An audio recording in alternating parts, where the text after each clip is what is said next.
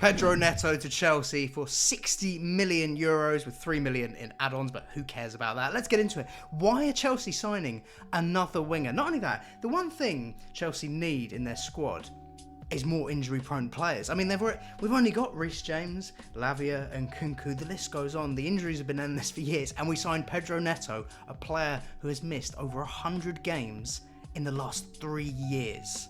That's 30 games. That's more than 30 games a season. Not only that, Chelsea have a massive surplus when it comes to right wingers who are left-footed. You know, we've got Madueke, Palmer plays there a fair bit. You've got Esteval coming through that they've bought for 60 million, and another kid. You've got Kendry Paith who kind of plays there left-footed on the right. Angelo, and we've signed Pedro Neto. Now, Pedro Neto can actually play on the left, as he has done for his country and his club in Wolves multiple times, and he looks brilliant there. Do not get this twisted, by the way. I think Pedro Neto is a wicked player. The amount he can twist players up, he can give you goal threat, he can be creative. I like how he takes players on, he's aggressive, he's quick, he gives us a lot of options. He can play on the counter, he can play against the low block. He's a very talented player. Do not get it muddled. But one thing he is massively injury prone. Hit like and subscribe if Pedro Neto's hamstrings are made of cheese strings. And having a big squad does allow us to maybe get the best out of Pedro Neto, and when he's not available, you got Noni Madueke, you got Sterling, you got Mudryk. So I get it to that degree, and I also get it to the degree if you're going to play Neto on the left, because the jury is out, as I've been saying in multiple videos, on Sterling and Mudryk. Chelsea fans' patience is wearing thin with both of them, to be honest. Mudryk is a player who, I mean, if Chelsea went younger with their project and we just brought in loads of stem cells and we developed a brain for Mykhailo Mudryk to use, he'd be sensational. Because he's got all the raw attributes. He's got all the pace, the trickery, the technique, but he has no idea how to put it together. He loses his head in the final third. And as for Raheem Sterling, he's just over the hill as a player, frustrating to a lot of the fans. Obviously, he's our biggest earner, so the club probably want to ship him if they could, but no one's going to take him on those wages. So having another left winger does give us another big option, and Pedro Neto is as talented as they come. I just really worry how present he's going to be and what our priorities are, because Chelsea, for me, left wing is a priority. Out of all the left wingers, would you go for Neto? Are you not just better splashing the cash and going all out for an Anthony Gordon, for a Nico Williams? Would you rather settle for the player that might not even be there for most of the season? So that's a worry in my eyes, especially when you could have even moved Jackson over to the left and brought top striker. It remains to be seen whether we'll go and do that. We're obviously still linked with Aussie men, so that's interesting to watch, because a front three, if I'm honest, of Aussie men, Palmer on the right side, Pedro Neto on the left side, bursting in, making those runs to the back post. Like, that is exciting. There's no way of making that negative. When those guys are available, that would be a wicked front three to see. But I just wonder, is that our priority? Is playing Pedro Neto in arguably not even his best position? Because for me, whenever I've watched him at Wolves, and I've really enjoyed him when he's present, like I said, on the right, I think he causes so much damage. On the left, he causes damage, and that's included against Chelsea. Like, the guy's done it against Chelsea from that side. In fact, I'm pretty sure we actually lost 2-1 the last minute and Pedro Neto scored the winner. He did, from the left side. So that's encouraging. That is encouraging. If you guys remember that, I can't show you because, you know, YouTube, but he was from that left side, buried it into the far post. So yeah, that's promising. But I do just think, is that priority number one? Would you not be better signing an out and out guy for that side rather than someone that's multifaceted? It gives you options and it's great for the squad in that regard. I don't know though. I also just think that right-sided centre-back role, Wesley Fofana does worry me in terms of, will he get back up to speed?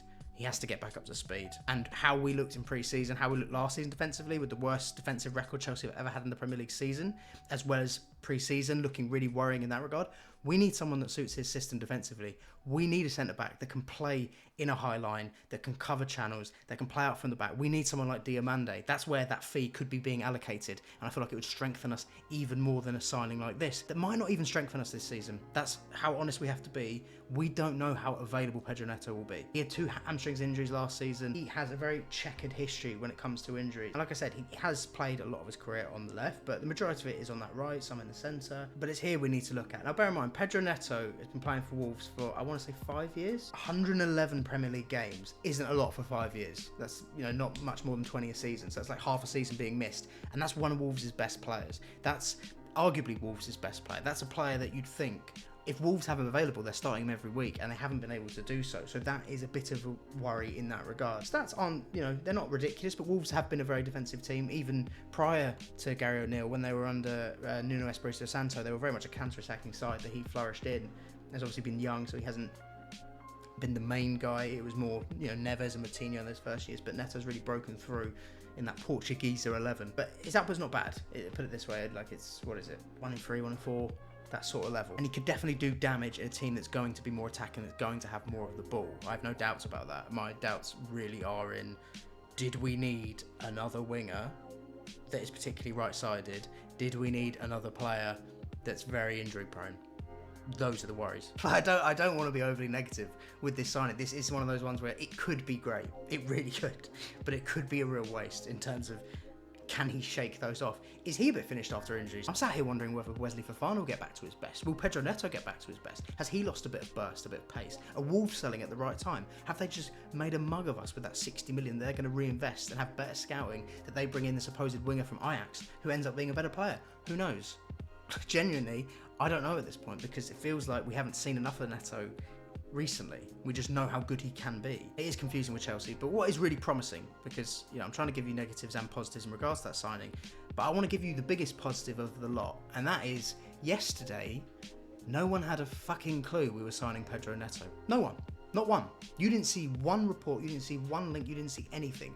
They've moved in silence to get that deal done, and in the space of a day, 60 million done, Pedro Neto.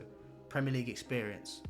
Good player when available. They've moved very quickly and very quietly, and that gives me promise in regards to what does the rest of the window look like. Will they get that centre back that is going to help that high line, that is going to help Enzo Maresca's system? Will they get a striker that's a bit more of a goal guarantee, someone that can link up with Jackson and coexist, but also offer a different kind of option?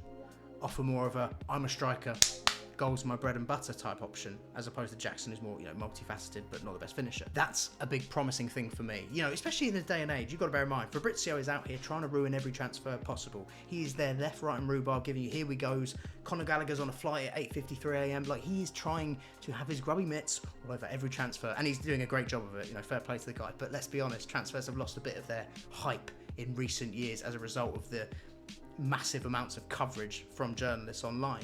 But this one felt left field. This is the most RKO out of nowhere transfer of the summer. Unbelievable counter! Oh my God, unbelievable! Genuinely, no one's been linked with him.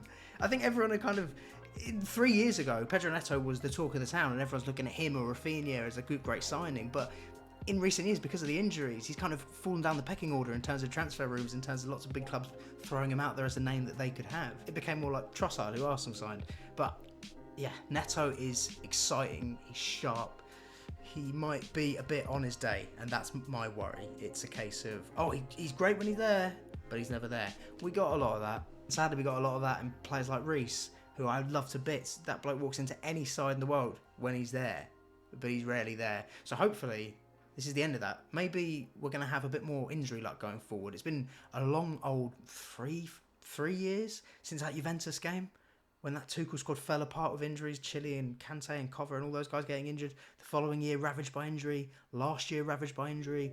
This year, fourth time's the charm. This year, we're going to have everyone available. That would be very nice. And hopefully, the new signing, Pedro Neto, will be a big part of that and a big part of Chelsea in the future. Because if he can live up to the player that I think he is, and the player I've watched at Wolves and think is so talented, we're in for some ride and we're in for a fun watch. He's an exciting player. Wingers are the players that get you off your feet at football. That's what Eden Hazard was, but that's what Robin and Duff were. Pedro Neto is the epitome of an entertaining winger, so hopefully he can be getting us off our feet at the Bridge and away. I think we have Wolves away quite early doors, so if he can score like a last minute winner away at Wolves, much like he did to us at Molineux a few years ago, I think that would be wicked. That would be scenes we'd love to see. So yeah, I'm excited about this transfer. I understand the skepticism because I also share it. I get people's doubts in that regard, but I think we've got to enjoy this one. This is one of those ones where there are lots of doubts. There are lots of, why do we need a right-sided left footer on the wing? We've got those. Why do we need another injury-prone player? We've got those. But this guy can be very good, and he can play on the left. That's the main thing we have to be looking at here. And like I said, most promising of all, no one saw it coming. No one saw it coming, and that bodes well for whoever might be next. Who's next? You're next. Guess what, son? You're next. But yeah, let me know what you guys think of the transfer. How do you think this fares for Chelsea? Does it set Chelsea up to be more secure in the top four? Does it set Chelsea up to actually go backwards? Is it a case of, why are they signing him? What a lot of money for a player that's never going to play? Have we just pissed 60 million up the wall? That is very Chelsea. That is very Bowley, clearly. Like it is, isn't it? 60 million on injury-prone player we never see. Wesley Fofana was 80 million, and we've never bloody seen him. He's been here 2 years. We haven't seen him for about 2 minutes. So it could be another one of those. I really hope it's not, but you guys let me know. But yeah, hit like, hit subscribe. All that stuff helps me out a lot. Up the shelves.